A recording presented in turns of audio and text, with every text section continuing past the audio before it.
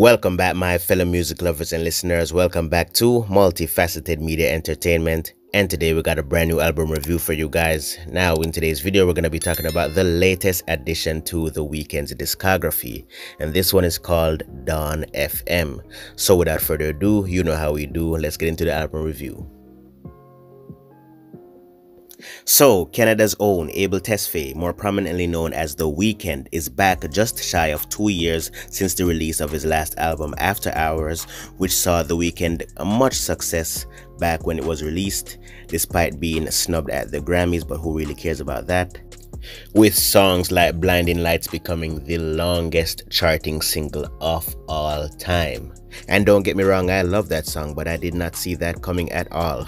Nevertheless, Abel's back with a brand new album in 2022, so let's get into it. So the album opens up with the title track Dawn FM, a beautiful, almost psychedelic short little intro accompanied by a skit from comedy legend Jim Carrey, which sets the tone quite nicely for what the album is about to entail.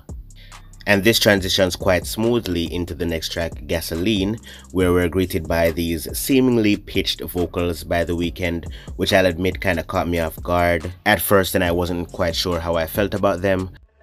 It's 5 AM my time again. I've soaken up the moon. But I have to say, after the first couple of listens, I actually grew to appreciate the lower vocal register quite a bit more, and now, if I'm to be honest, I kind of think it enhances the overall sound of the track, as I think it fits the overall 80s aesthetic of the track quite nicely, and it also adds an extra layer of dynamic. And it also helps for us to distinguish between these seemingly different perspectives that The Weeknd is singing from. But overall, I enjoyed the track. I think there's a lot to like about it, from the excellent production to the shouting background vocals that appear spontaneously throughout the pre-chorus. And even that little humming section at the back end of the track I thought was a nice touch. Following that though, we have the track How Do I Make You Love Me, which I think features some of the most 80s sounding synths I've ever heard. Like seriously, it would be easy to trick someone that this beat or this instrumental was made back in those times or in that time period. If of course the production wasn't significantly cleaner now than the production of most tracks back in that time. That being said though, the song features The Weeknd in a seemingly more desperate state, trying to evoke some form of affection from a past lover, as the chorus repeats, "How can I make you love me? How can I make you fall for me?"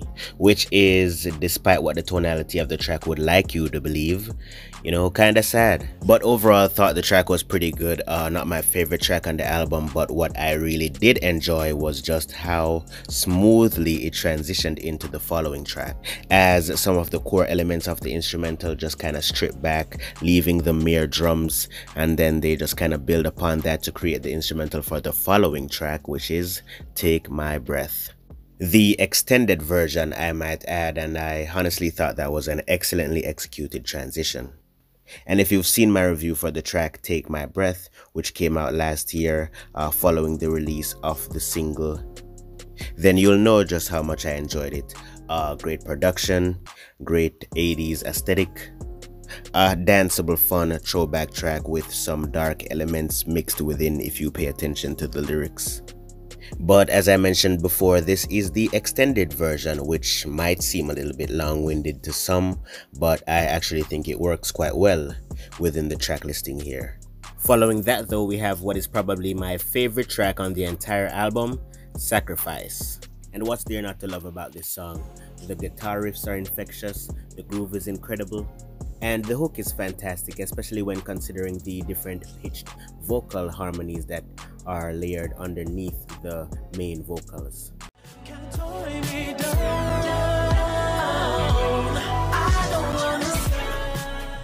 The production on this track is also incredible, as is the case with most of the tracks here. But yeah, I love that track. And this is actually followed by a interlude by Quincy Jones where he details some of his experiences as a child and how he believes that those experiences have made it harder for him to raise a child as he grows older. And that transitions into another track on the album, Out of Time.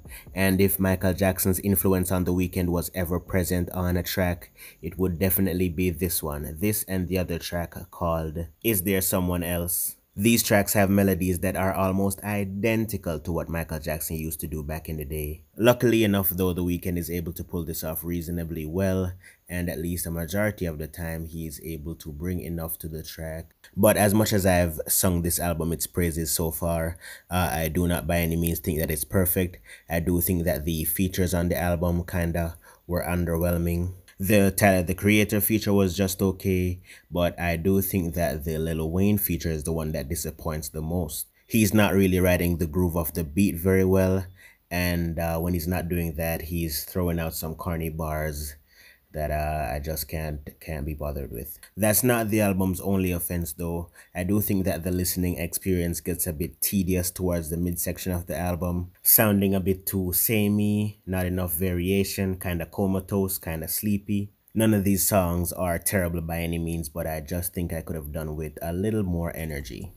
I do think that things do start getting back up to speed on the track Don't Break My Heart. Another great sounding hook, more 80s synth heavy production that sounds fantastic, another one of my favorites, and the album all comes together and closes out with a 3-minute skit by none other than Jim Carrey, which I'm glad is at the end of the album so I don't have to skip it every time. That's all I gotta say. But yeah, another solid body of work by The Weeknd. I imagine if you enjoyed his last project, then you will enjoy this one as well, because this one is even more 80s centric and 80s reliant than his last album. Stellar production through and throughout, great vocals as well. I do think that the album, however, lacks a bit of variation, but at the end of the day, I still think it's a pretty solid project, and I'm feeling a 7 out of 10 on this new album, Dawn FM. But what do you guys think about the album? Please let me know in the comment section below. Also hit the like button, the subscribe button, hit the notification bell so you keep getting notified whenever a new video drops on the channel. Once again, this is Multifaceted Media, and I'm signing out. And the boy that sound like he sang on Thriller, you know that's been my nigga. Yeah, we just had to fix things, family 6 things, we can't split up.